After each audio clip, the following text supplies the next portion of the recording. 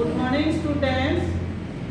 आज आम आरंभ करवा तुम दशम श्रेणी में द्वितीय विषय जोटा कि श्वसन ताको इंग्लिश रे कौन कहा जाए रेस्पिरेशन। अच्छा कहलो देखि पिला माने श्वसन काहाकू कहा जाए। श्वसन हैला श्वासक्रिया सहित खाद्यर जारण। श्वासक्रिया सहित खाद्यर जारण प्रक्रिया हेले सेथिरु कोन होउची शक्ति निर्गत आउ अंगारकाम्ल मध्य निर्गत हेउची। ए जो श्वासक्रिया कोन आमे प्रश्वास रे अम्लजान ग्रहण करिबा आउ निश्वास रे अंगारकाम्ल त्याग करिबा प्रक्रिया को श्वासक्रिया कहलाउ। ए हमर श्वसन रे श्वासक्रिया हैला गुटे पार्ट। आमे केबे भी कहबानी श्वासक्रिया जहाँ श्वसन से श्वसन प्रक्रिया रे श्वासक्रिया गोटे अंश। एई जो श्वसन प्रक्रिया रे कोन होची को प्रकार खाद्य जारण होची ग्लूकोज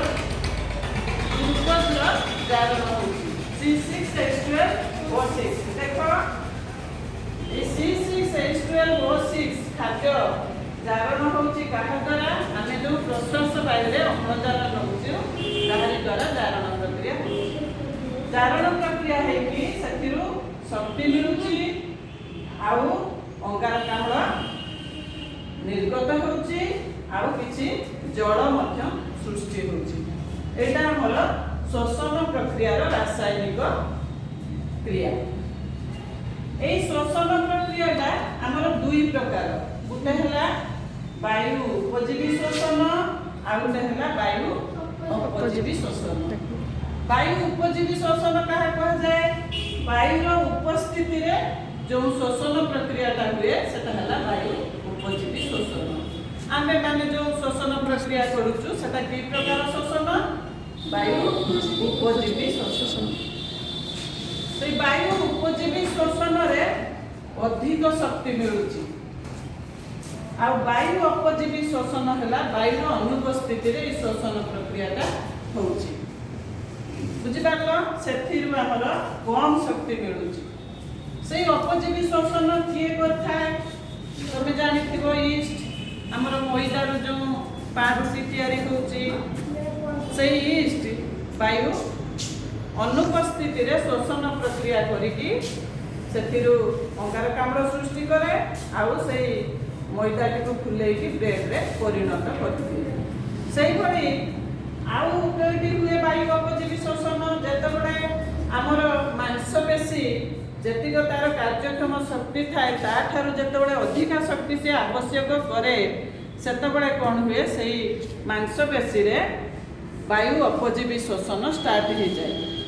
बुझि पारलो मांसपेशी कोष रे वायु अपजीवी श्वसन द्वारा से शक्ति किछि पाए किंतु सेठी हमर जो अधिका परिश्रम अधिका ताकू ये पड़े से सेठी तार क्राम्प मसल क्राम्प सृष्टि माने हुए जेटा कि हमर बथा हुए जंघ झुली अधिका दौड़िले कि अधिका खेल कसरत कले मसल क्राम्प सृष्टि हुए ताकू पुणी लैक्टिक अम्ल सेठी सृष्टि हुए सेठी पायरेनिक अम्लटा लैक्टिक अम्ल रे परिणत होई कि लैक्टिक अम्ल जमी जाए हम मांसपेशी कोष रे सेठी हमर बथा हुए 2-3 दिन परे गरम सेक बा गरम तेल मालिश कले सेटा आस्ते आस्ते भल हो जाए।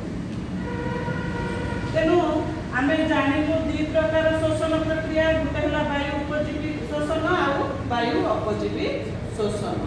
तापर पढ़िबा हमें एटा तीनोटी पर्याय रे हुए। ए जो श्वसन प्रक्रियाटा तीनोटी पर्याय रे होउची। प्रथम पर्याय हला कोष जीव परे श्वसन। मेनली तमे जानिछ श्वसन प्रक्रियाटा कोष रे होउची।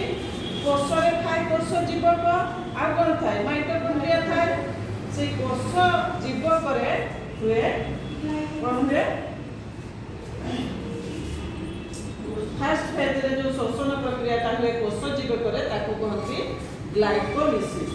ए ग्लाइकोलिसिस रे कोन हुए 6 कार्बन युक्त ग्लूकोज अणु भांगी की 3 कार्बन युक्त दुईटा पायरुभिक अम्ल परिणत हुए।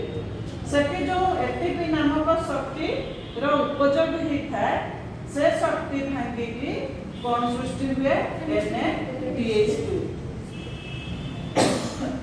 NADH2 रो फुल फॉर्म किए कहबो सृष्टि हुए बुझेला। तापरे आउ जो श्वसन प्रक्रिया नेक्स्ट पर्यायटा हला कोठी माइटोकॉन्ड्रिया। माइटोकॉन्ड्रिया रे जानथिबो माइटोकॉन्ड्रिया ए कोष एटा माइटोकॉन्ड्रिया। माइटोकॉन्ड्रिया रे गोटे बही छिली अछि आ गोटे अंत छिली अछि। अंत छिलीटा माने आबु खाबडा हेकी हला ता सब प्रोजेक्शन बाहरी थाए अंत छिलीटा आ ता भीतर कोन थाए मैट्रिक्स थाए। ता भीतर जो रस थाए ताको कहला जाय मैट्रिक्स। से माइटोकॉन्ड्रिया रे आउ देटा पर्याय श्वसन प्रक्रिया हुए। गुटे सेकंड पर्यायटा हुए मैट्रिक्स रे ताको कहला जाय साइक्लिक अम्ल चक्र। आउ जेटा अंत झिल्ली रो हुए जोटा हमर एटा अंत झिल्ली एटा बही झिल्ली। अंत झिल्ली रो जो प्रक्रियाटा हुए ताको कहला जाय इलेक्ट्रॉन परिवहन संस्था। ए तीनटी पर्याय रे हमर कोन के ए श्वसन प्रक्रिया संपादित होई सेथिरु शक्ति निर्गत हुए, अंगारकाम्ल सृष्टि हुए आउ किछि परिमाण रे जल मध्य सृष्टि हुए। एटा तुमरो माने मेनली एटा तुमरो कोन श्वसन प्रक्रिया रा श्वसन प्रक्रिया ए उपाय हे कि खाद्यर चारण होता है सेतिरु शक्ति मिली थाए। धन्यवाद पिला माने। आ नेक्स्ट आमे ए जो दुईटी पर्याय ए तीनोटी पर्याय विषय रे आमे पुंखानुपुंख नेक्स्ट क्लास रे आलोचना